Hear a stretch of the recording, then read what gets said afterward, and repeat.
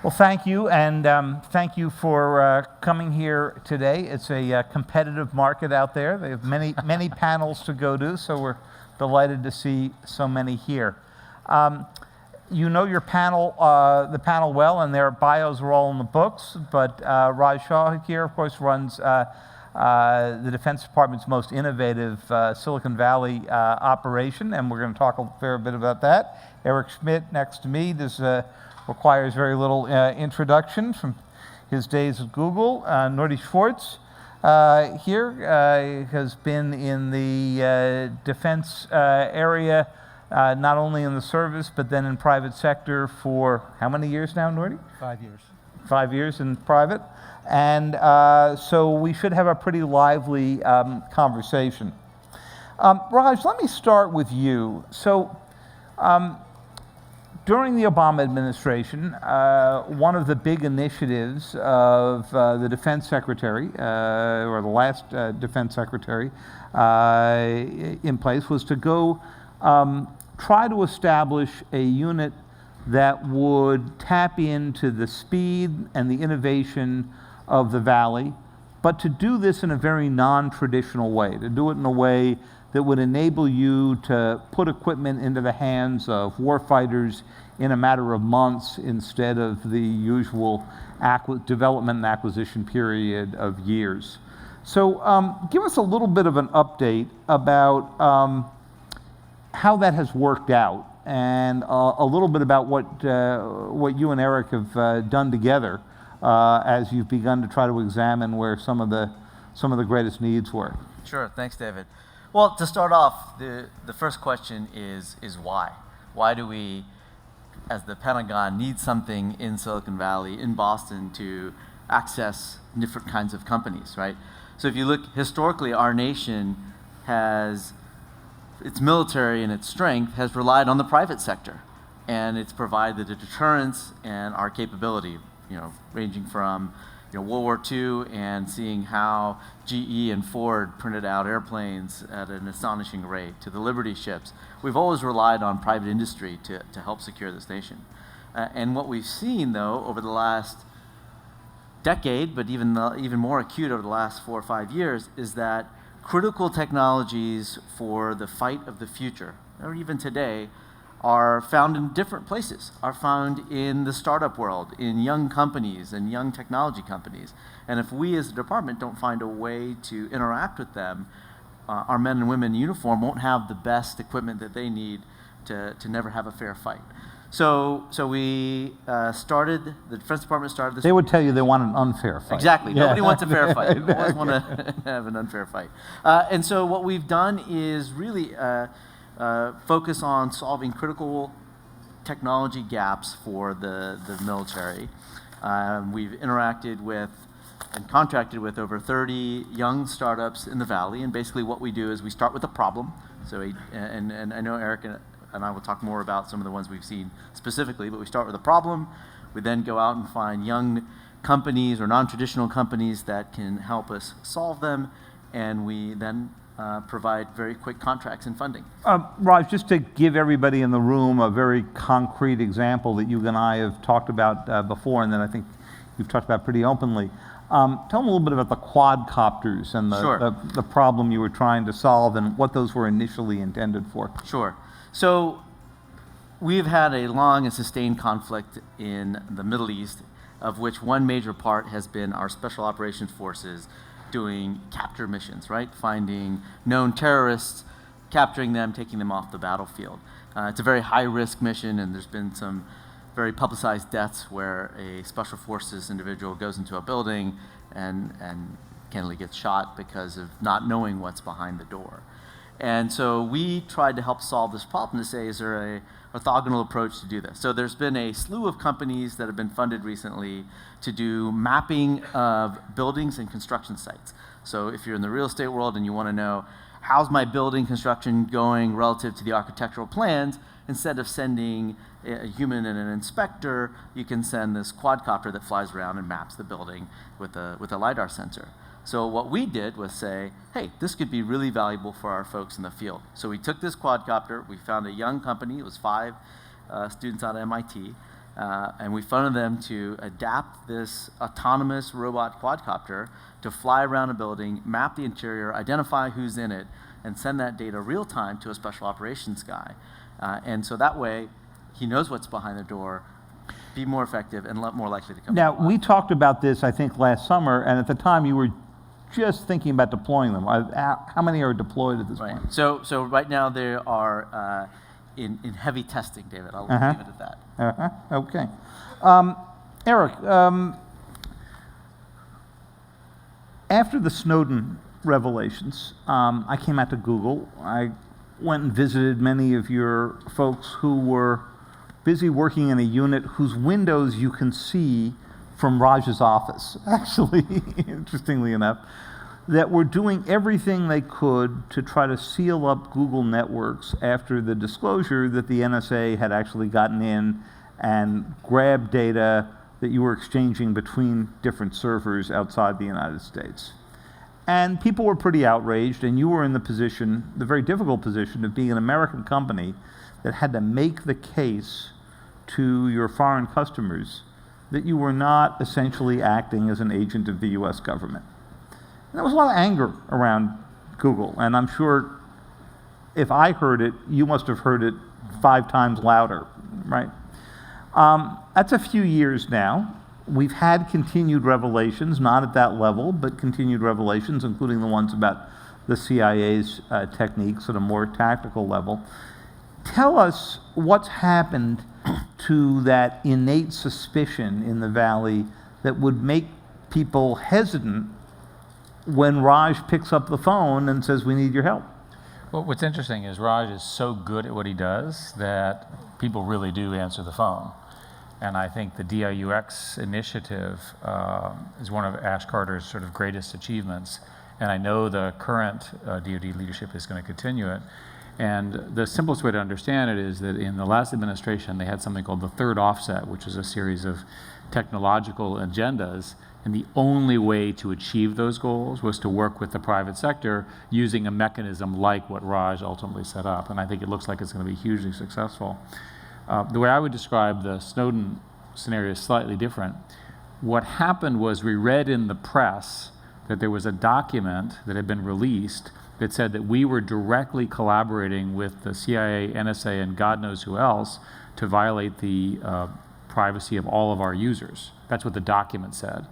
And so we started by issuing a blanket denial of this document, and the document was in fact false. And that then set just a very oppositional tone over all of these issues. What we did, of course, is we heavily then encrypted the remaining parts of our system. The original attack turns out to have been done by the GCHQ, not by the NSA. And under their law and so forth, they thought it was legitimate, and we thought it was not okay. And so I think things are still at odds over these issues, and I don't think the core issues of where is encryption useful, what privacy rights do you have, nation-state roles, individual liberty, are not ones that are settled on a per-country basis, right? And each country is now struggling through where that boundary is. I am sure that we will, in this administration, see a number of such tests come up where we will find out where that line is going to be. So I guess the question then is, has this abated over time? You've put in your encryption. I think the world is more aware at this moment that you are not cooperating with the US government on the issue of interfering directly into the communications. But at the same time, you and your company have a lot of business to do with the US government. So I want to make sure I say this exactly correctly. We follow the US law.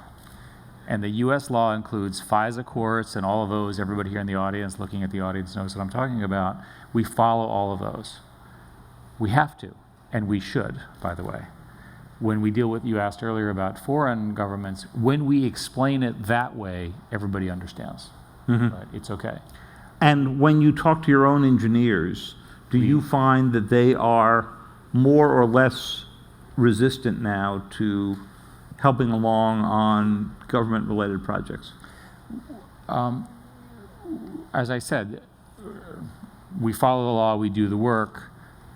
It seems to be accepted in the current outcome. One of the problems before Snowden was that there was this sense that somehow there were this immense number of FISA court orders, and it was illegal for us to release the number of such orders. So everyone assumed incorrectly that somehow the government was tracking them, which is not true. And indeed, we were able, and it's now legal for us to release, that the total number is on the order of some number of thousands. And you can read it on our website. And so all of a sudden, everyone thought, oh my God, the government is not actually thinking I'm a terrorist and tracking me. Thank goodness. Right. So there were a number of sort of clumsy errors, in my view, around disclosure and so forth, which have been addressed.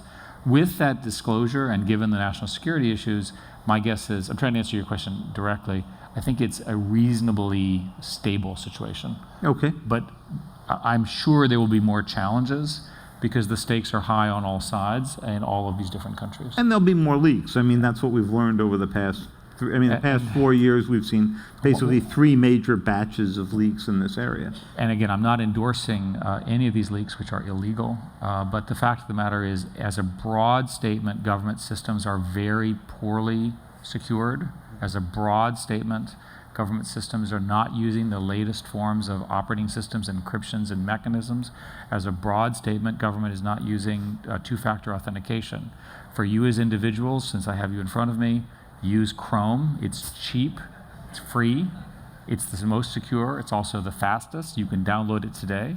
Use two-factor authentication. And if you want something to be really, really, really secure, put it in Gmail, right?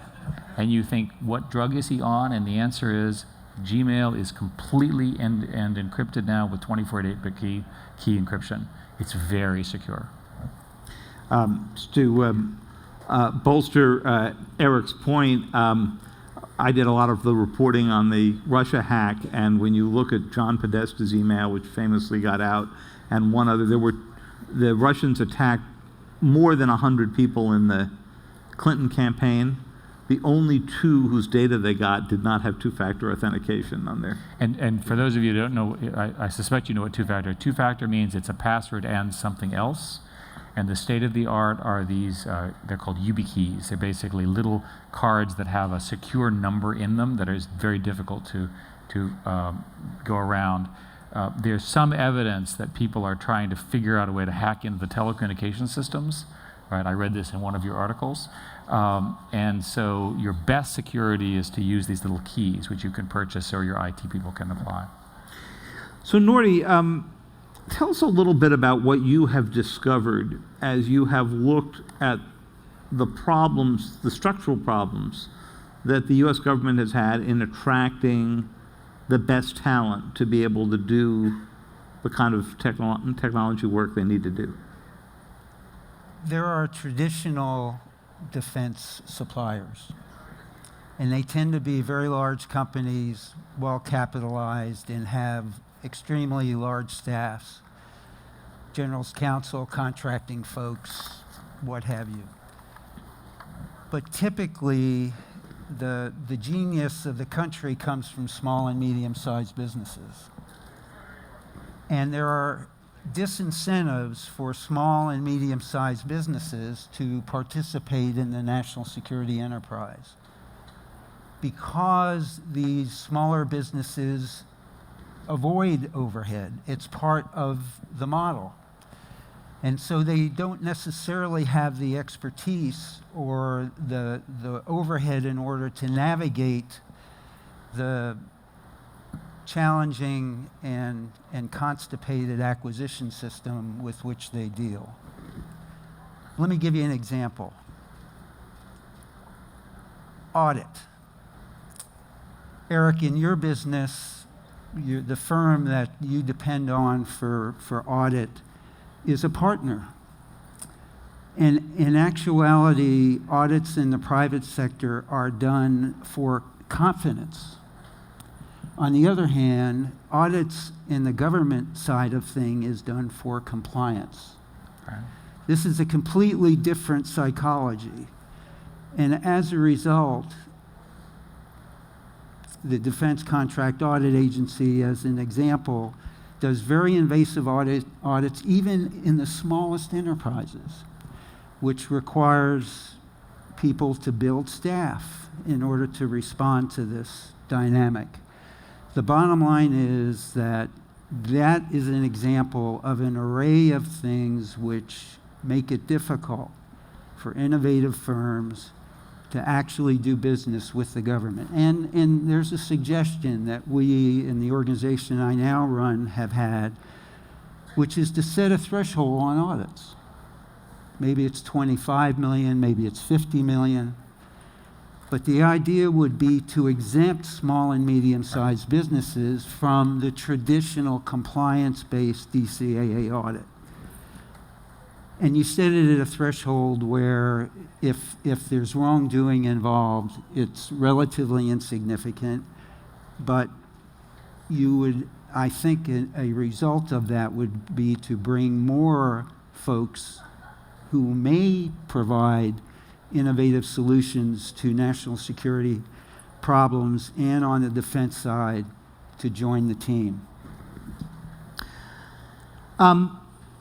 Raj, you and Eric took a buddy trip to the Middle East. Some people go to the beach for the weekend. You guys go to like the defense operations centers. And you were looking at the data analytics that they were doing, and you were discovering how incredibly labor-intensive these processes are, and how much trouble we're still having putting together the many data points you would need to both predict terrorist activity, military activity, and to go counter that. So I'm going to ask both of you to walk us a little bit through what you learned in that, and then how you operationalize that to sort of change the way the military operates. Well, it's interesting that we went, and this is part of my service on the Defense Innovation Board, of which Raj is a member. We were invited to go to the Middle East and visit one of the operation centers. And we asked the Air Force General what his biggest concern was, sort of typical consultant kind of question. And he said, there's a whiteboard that we use to do logistics. And I said, what is your, almost laughing, what is the concern you have? And he said, I'm worried someone will erase it. And I couldn't tell if he was just being funny, because I just met him, but he was quite serious. And so what was interesting to me is that a core part of the way they ran their operations was using a technology that dates from the 1950s. Mm-hmm. Did you suggest to him that he use his iPhone to take a picture of it as a backup, or did you? We were not allowed to have phones. Oh, okay. Well, that makes perfect sense. For probably very good reasons. Yeah. And I'll let Raj continue the story from here. Sure. So this whiteboard is essentially the way they decide where tankers and air refuelers are going to be, and which jet's going to get the gas where. And if you're one of those receivers and the tanker's not there, it makes for a bad day, right? So people are very focused on it. And as Eric said, I think the only real innovation has gone from chalkboards to whiteboards. Well, they were using sophisticated colors. There were 3 soldiers whose job were to maintain this whiteboard, and then they would write it all down, and then they would type into an Excel spreadsheet on a Windows 95 computer what it said. So sorry. I'll tell the rest of the story. But I think the takeaway from this is, even though the organization I run has the word innovation in it, I would say the Department of Defense does not have an innovation problem, but rather an incentives and culture problem. Agree. So the folks you actually meet are some of the most innovative people around. They will do the best they can do to achieve the mission with the tools, no matter how bad they may be, that we've given to them. So you've got pilots who have spent 10 years learning how to fly airplanes, now building Excel macros, because Excel is one of the approved software solutions. You've got folks doing different colors and different systems. But the real challenge is that the way that the department incentivizes its acquisition processes are built the same for buying an aircraft carrier as you would for a piece of software. Somebody creates a list of things, like 4,000 things that the piece of software should do. They send it to another group that then contracts with a company to go build it, usually all 100% custom, and then 5 years later, it goes through testing and shows up. And so they were in this perpetual cycle where everyone knew it was a problem, but there was no way to break through it. So when we talk about incentives and culture, the advantage that Eric and I had was, our boss, the Secretary of Defense, has empowered us to go in and change some of those incentives. So what we did was we said, there's a better way to do software engineering. We've all seen it. So came back to the States, found 6 high-end engineers, some military, some civilian. We sent them back to the Middle East and said, don't come back until you've solved this problem. And they flew back and forth, but in 3 months, they had created a modern interface, computer system. I would say it rivals Gmail in its UI, but has shown that with the right incentive structure, you can actually get things done very, very quickly with the engineers. And tell us what that enabled them to do that they couldn't do on the whiteboard. So normally it'd take them 6 hours, 4 people, 6 hours to manually plan out what was happening. And then once it was planned out, changes were very, very hard. And this happens every 24 hours.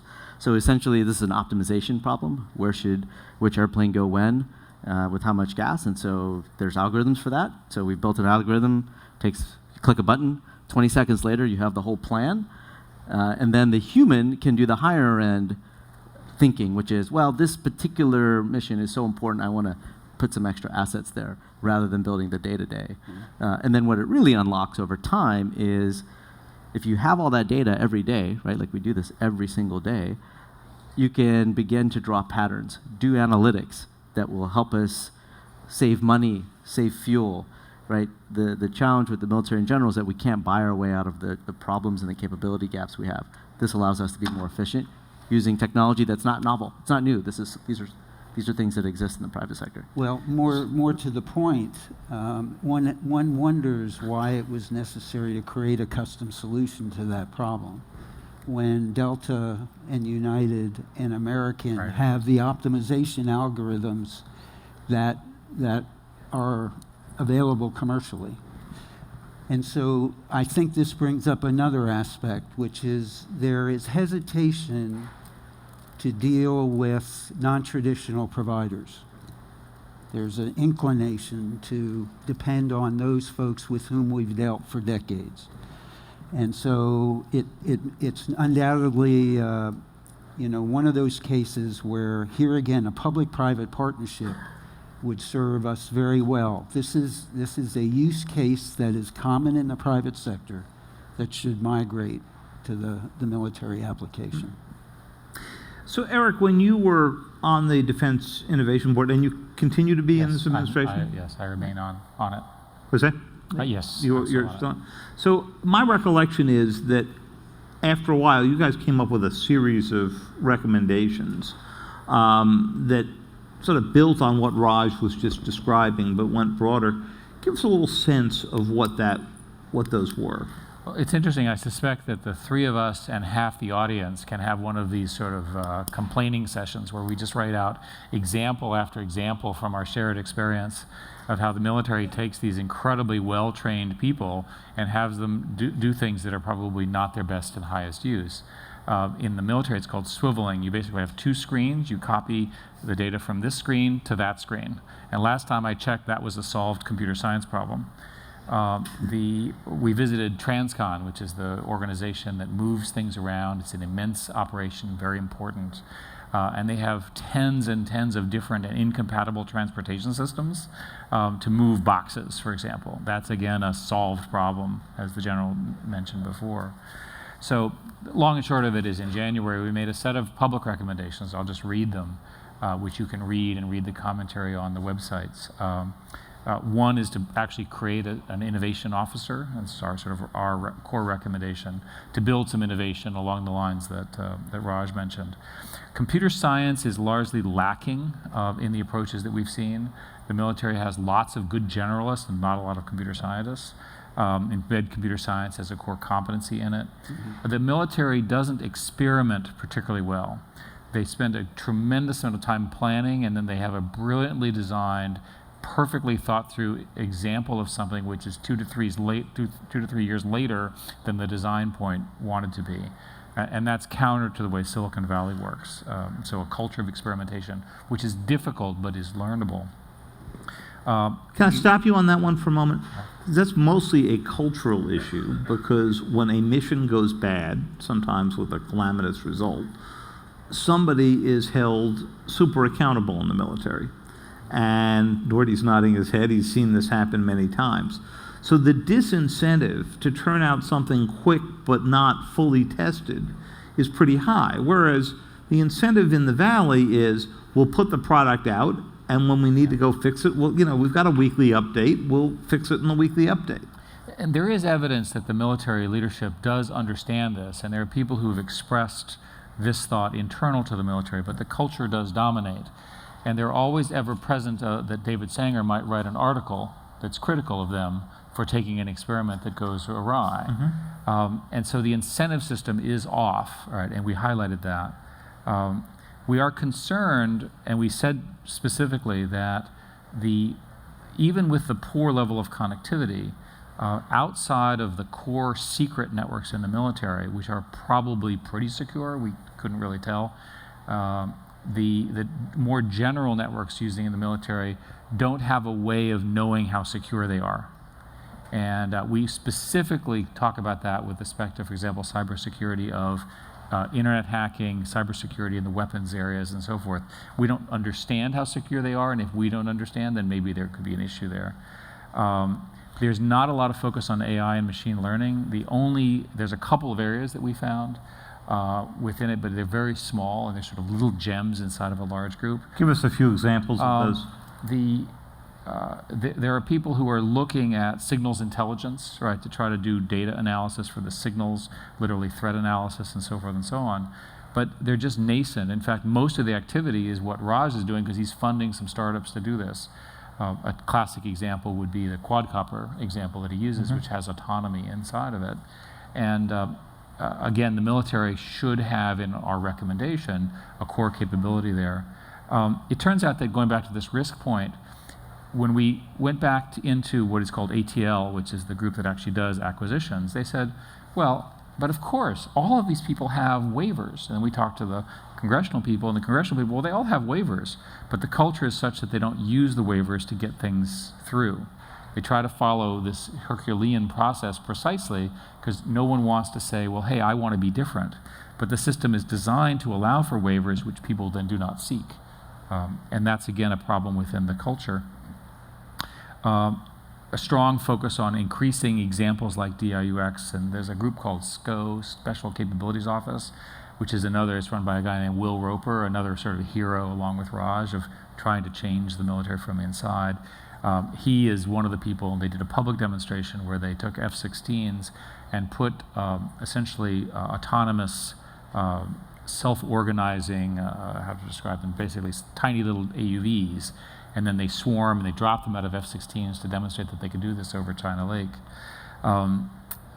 Improving access to software development teams at each major command. It turns out that you'd meet with a general and you'd say, well, and they'd say, well, I have this problem. I said, why can't you fix this?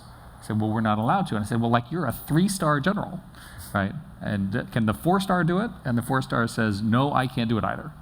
The 4-star's complaint is, I put it in the budget and the Pentagon took it out. And I said, well, what's it good being a 4-star general if you can't get 10 programmers, right? You have all of these other things. You need 10 programmers.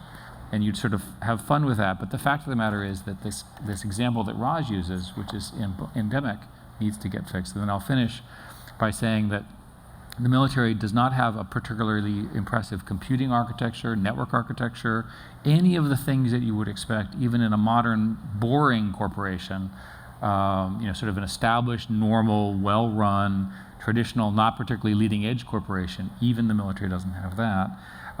And the sum of this is the military said, we like these recommendations, and we're going to find ways to implement them, and that implementation is underway. And you now have a transition underway in which the architect of the third offset, well, obviously Ash Carter's left office and replaced by General Mattis. Robert Work has stayed around as the deputy, who really had responsibility for the third offset, but he's only there for a fairly limited time until his replacement is confirmed. Do you have concern that a lot of the good work that was done on this in recent years may not translate over to a new administration? Actually, we have evidence of the inverse. The new leadership has told us repeatedly that as part of their ideas, they want to take these insights, which I think are just sort of truths, if you will, and figure out how to implement them. My sort of upcoming recommendation to the government in general and the military in specific is that these are human systems that are so over-regulated and they're so complicated, right? So the procurement spec is 2,000 pages long. No single person, as brilliant as these people are, can really fully understand all the rules because every sentence is a gotcha. So you've got to come up with a system which allows these people to get their mission done, their job done, and so forth. And what I'm going to propose throughout the year is that the Pentagon take ownership of its own self-reformation within the existing law, right? In other words, even if you don't change any aspects of the law, I'm sure that the Pentagon, within its own structure, can address some of these concerns. They can't address all, but they can address some. And I'm big on, these are the rules, right, but we can operate well within these rules. And I think the Pentagon can achieve that. Norty, you raised an interesting point before when you said that people look at the existing set of contractors and they're comfortable with them because they've been around forever. One of the things that Raj has done really in a very interesting way is bring in all kinds of new players. You have had some traditional contractors who've gotten but you're dealing in amounts of money that are by and large rounding errors for most of the big contractors. In your experience, Norty, do the big contractors view the kind of movement that Raj and Eric are discussing here today as a threat to their traditional businesses, or do they view it as a good opportunity for them? I think probably both. I think there's always the threat of disruption in a private sector company, and board of directors, pay attention to this sort of thing. But I think, the thing to watch is what the system integrators, that is the large firms, typically do with rising technologies, and in many cases they acquire and they absorb, and that might be good or it might not.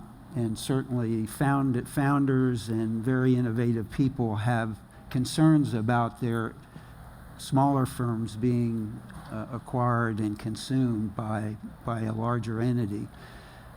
The bottom line here is, to go back to an earlier point, is that there is latitude in the federal acquisition regulations.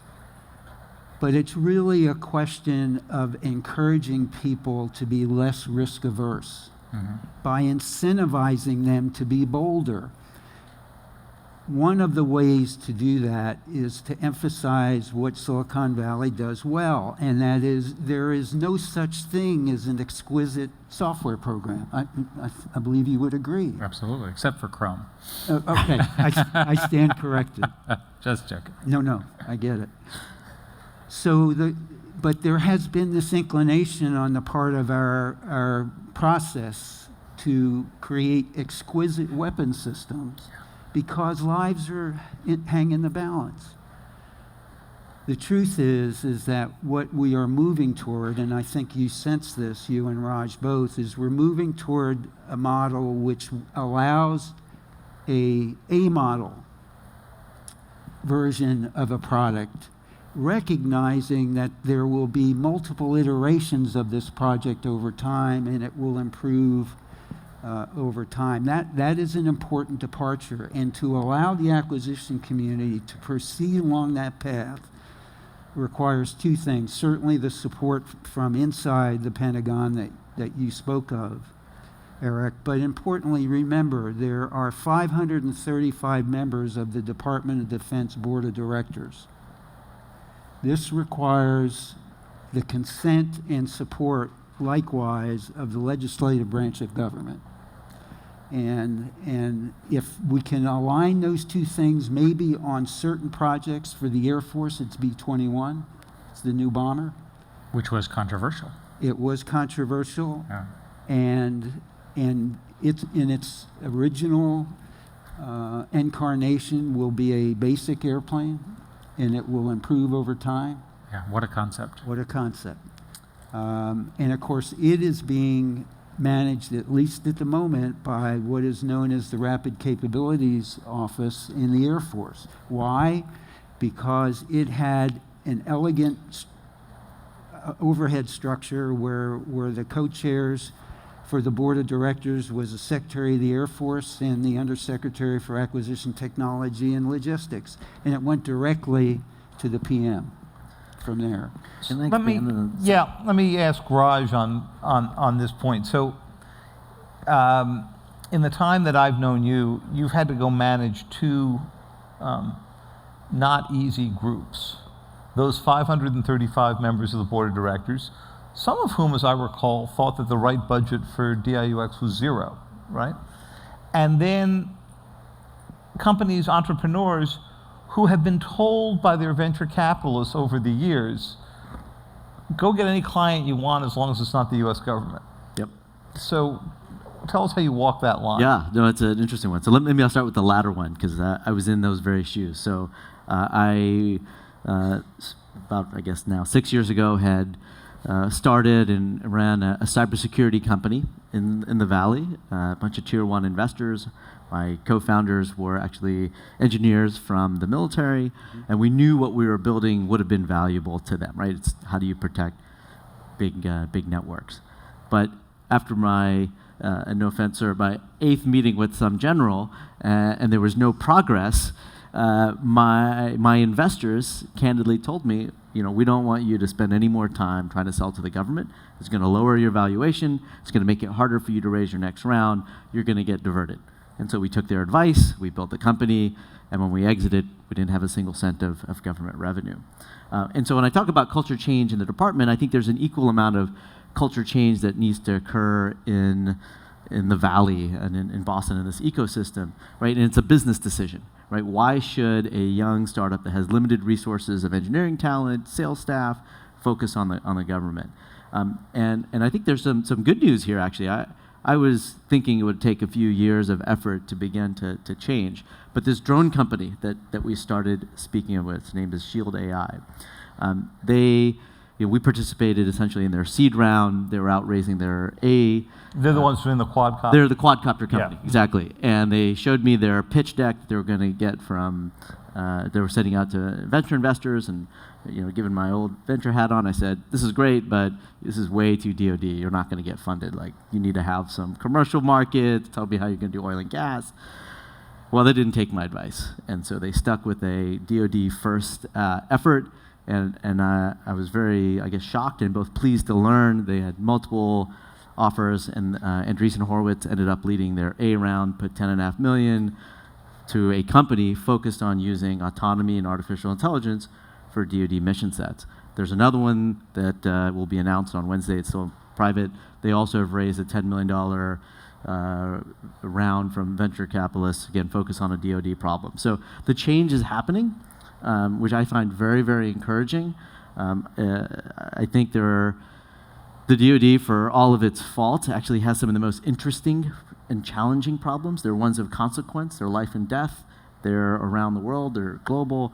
And I think young engineers, talented engineers, want to work on those issues. Without, no offense to photo sharing apps, if there's folks here in the audience, but these are much more consequential.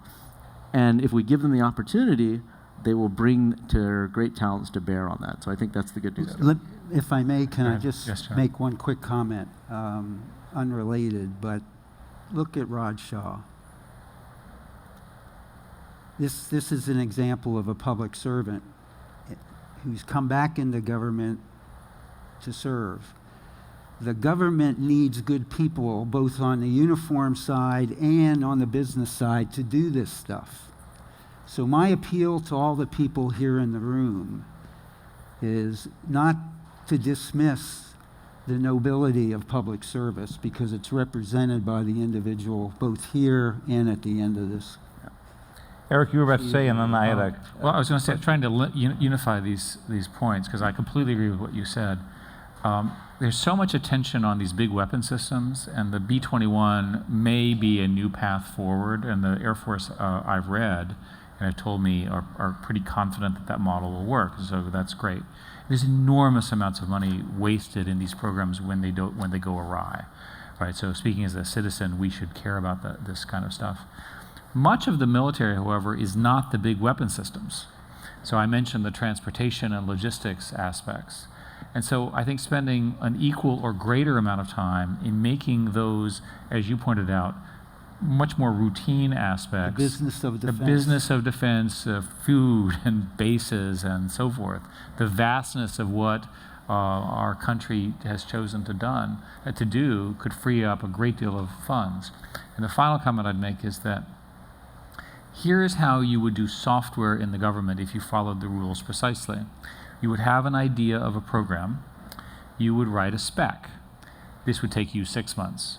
You would then wait 2 years for the funds in what is called the program of record to be approved prior to your being able to purchase that software by finding a local set of software programmers, right, who would then take a year to build it, by which time, of course, it's just a disaster. So software needs to be managed. By the way, didn't actually make that story up. It's actually true. So you've got to treat some of these new technologies in a way that's different. I think I'm a strong proponent of what you said, which is there needs to be some threshold. I'm not arguing over billions of dollars, but for things which are some number of millions of dollars, right? Why don't we trust a colonel or a general to make that decision? And by the way, in the military culture, if they screw up, the penalty to them in terms of personal career advancement is enormous. The system internally does correct for those kinds of errors because it's well run. So Eric, I wanted to ask you about another part of this initiative, because around the time that Ash Carter came out to Silicon Valley, started up a previous leadership of DIUx before you came in, Raj. He had another idea, which was get people in the Valley to take some of their key employees and actually move them into DoD as something of a cultural change.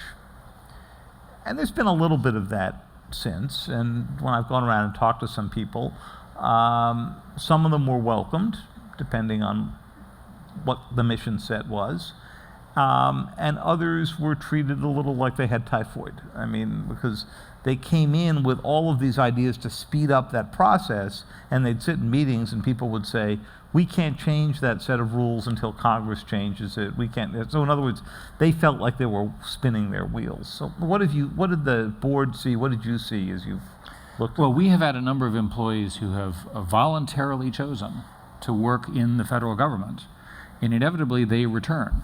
Mm-hmm. Okay, and what do they tell you?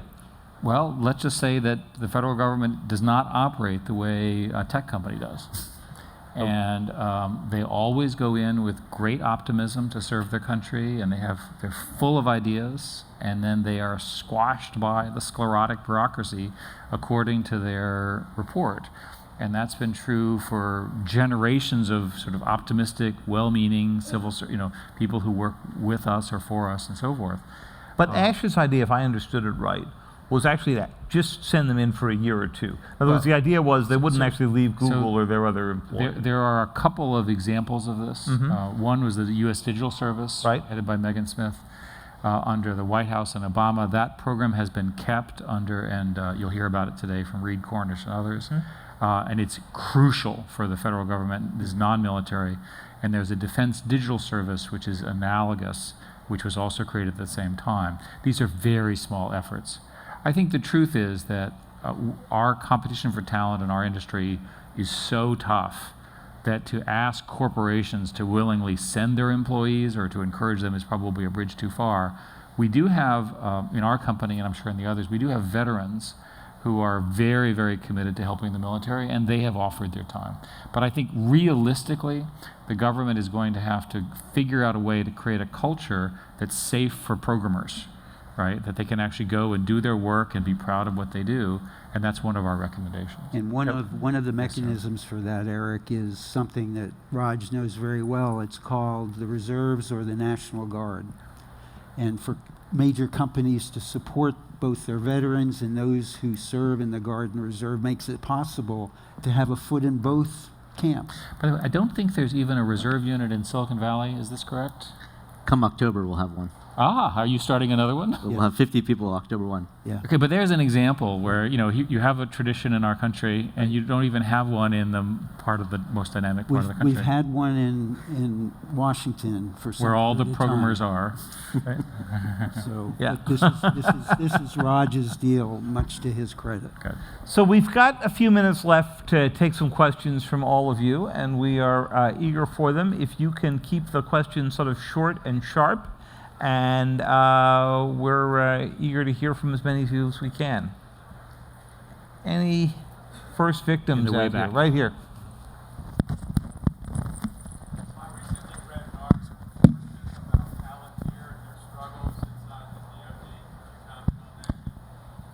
So the question was, he'd read an article About Palantir. Palantir Uh, and their struggles, and could somebody comment on it? Any volunteers for that one?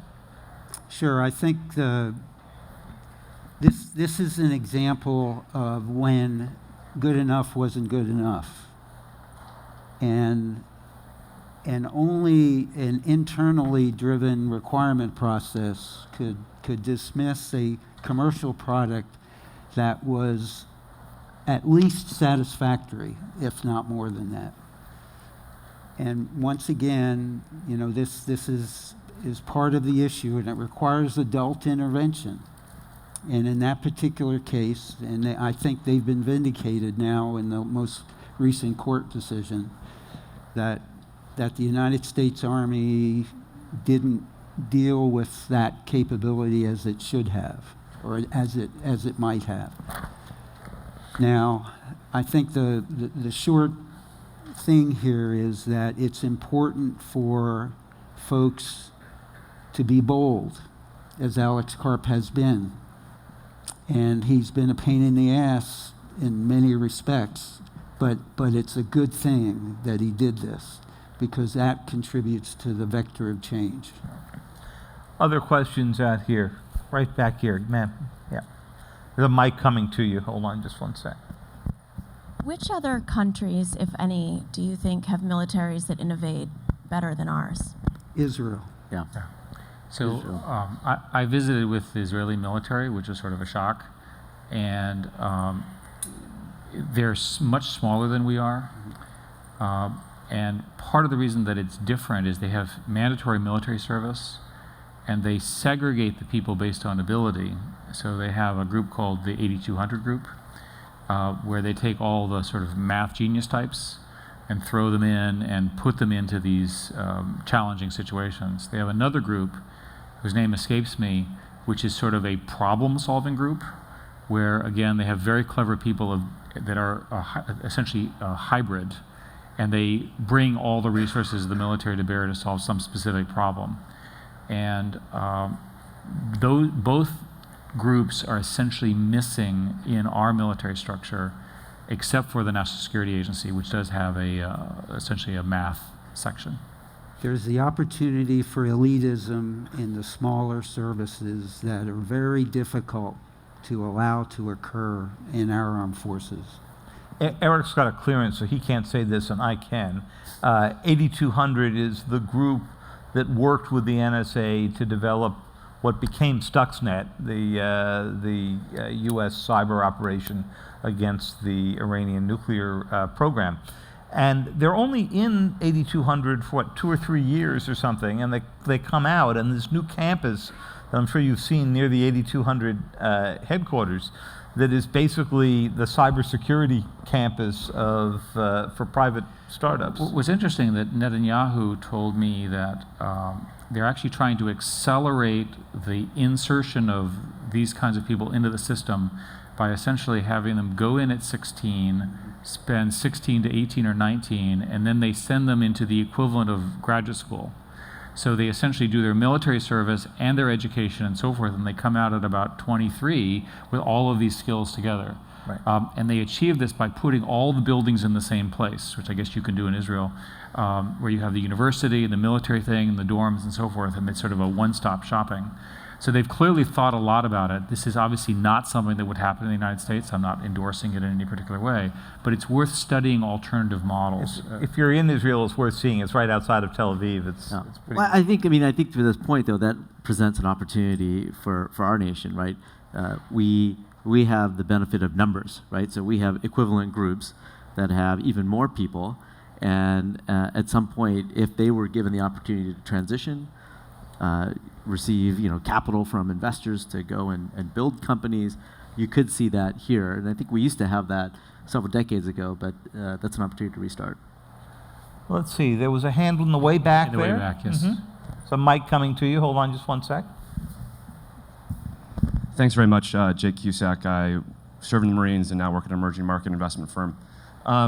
So just to widen the aperture a bit, the current administration in their initial budget is planning to cut sort of diplomacy and development spending significantly, increase military spending significantly.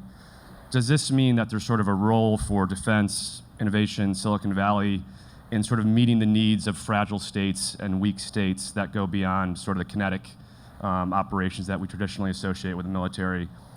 Is there innovative solutions that can sort of deliver the health, jobs, and other sort of needs that are often the underlying causes of instability in some of these regions? Raj, you want to take that? Yeah, I would say absolutely there is a role for these things.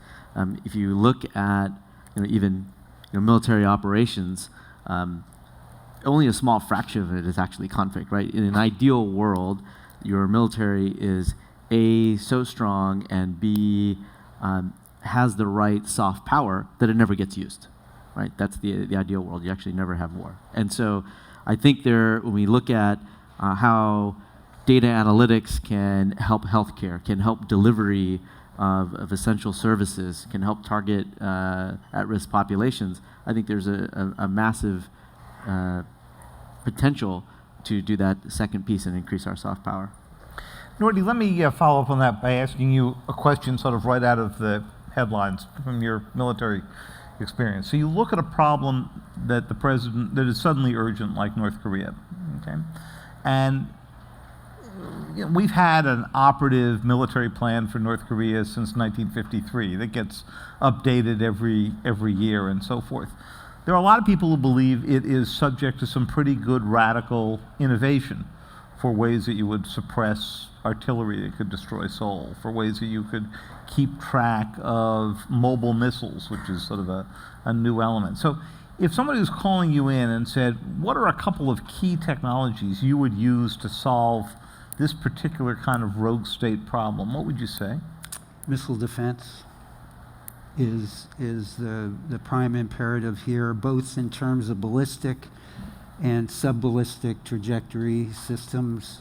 Once again, we spoke of the Israeli capabilities. Iron Dome has application for Seoul, in my view, but I think it is unrealistic to expect that 11,000 artillery pieces that you can design a system that would be 100% effective. It isn't going to happen. And so, the concern in Korea is legitimate. They have a capability that's very difficult to defend against. And my view is that if it gets serious, the first action for us to take is to begin an ordered withdrawal of Seoul. And that in itself is a deterrent signal. 25 million people who live in the region. Yeah. You would never evacuate the whole city, but the basic notion of beginning the process would communicate how serious a situation we have arrived at. Mm-hmm. And the bottom line is, my own view, and there are probably people here in the audience that are more expert than I am, that Seoul is not defendable. Anybody else on this issue, or should we move on? Okay, other questions? Over here. Thank you all. I'm curious, as more and more technologies are becoming digitized, cars, boats, planes, etc., how you're thinking about security for the Internet of Things so things can't be hacked and weaponized against us. Not an issue you've spent any time on at all, is it, Eric? The technology. How are you going to keep that Google car from being directed off the cliff? I'm not worried about that. I think we have the technology solutions. Most of what you see is because of bad programming, bad architecture, and legacy designs. The core ability to protect the Internet of Things and the things you're using and make sure they don't get infiltrated is well understood. And it's essentially using very powerful encryption. So the way that you should, if you're purchasing this stuff, is say, how encrypted is this system? And the fact of the matter is we are completely dependent upon this network that is all around us, which is the Internet, and the things need to be secure. We know how to do it. And do you see a threat from a continuing government effort to develop? Government will tell you, we want encryption, and then law enforcement sections will say, we want backdoors, and then your engineers will come in and say, if I create a backdoor for you, the Russians, the Chinese, and every innovative hacker will find it. That's where we left the conversation at the end of the Obama era. Where is that going now? So the industry is in the middle of this debate constantly with governments around the world, and the industry gets the following request. This encryption stuff is great. We just want to have a backdoor we can get around it in case of inappropriate use. Okay, reasonable request. The problem is that if we build a backdoor, how do we know the person coming in is a legitimate actor? In other words, it's a judge with a warrant and so forth, as opposed to the Chinese or the Russians. We do not know how to build backdoors that can only be used by the good guys. And it would be crazy for us to start putting backdoors in. And I've said this publicly many times. The industry is united on this. And I'm not suggesting the question isn't reasonable, right? It's a very reasonable question. We cannot get you what you want with the technology today.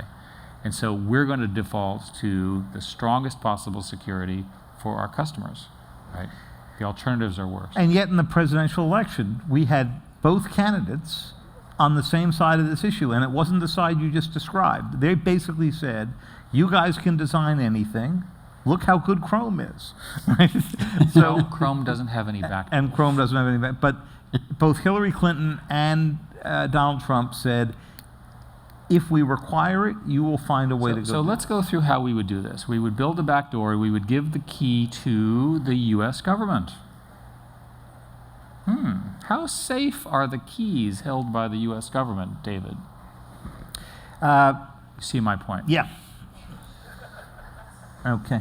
Raj, when you look at this problem, are you seeing any new opportunities for you guys to invest?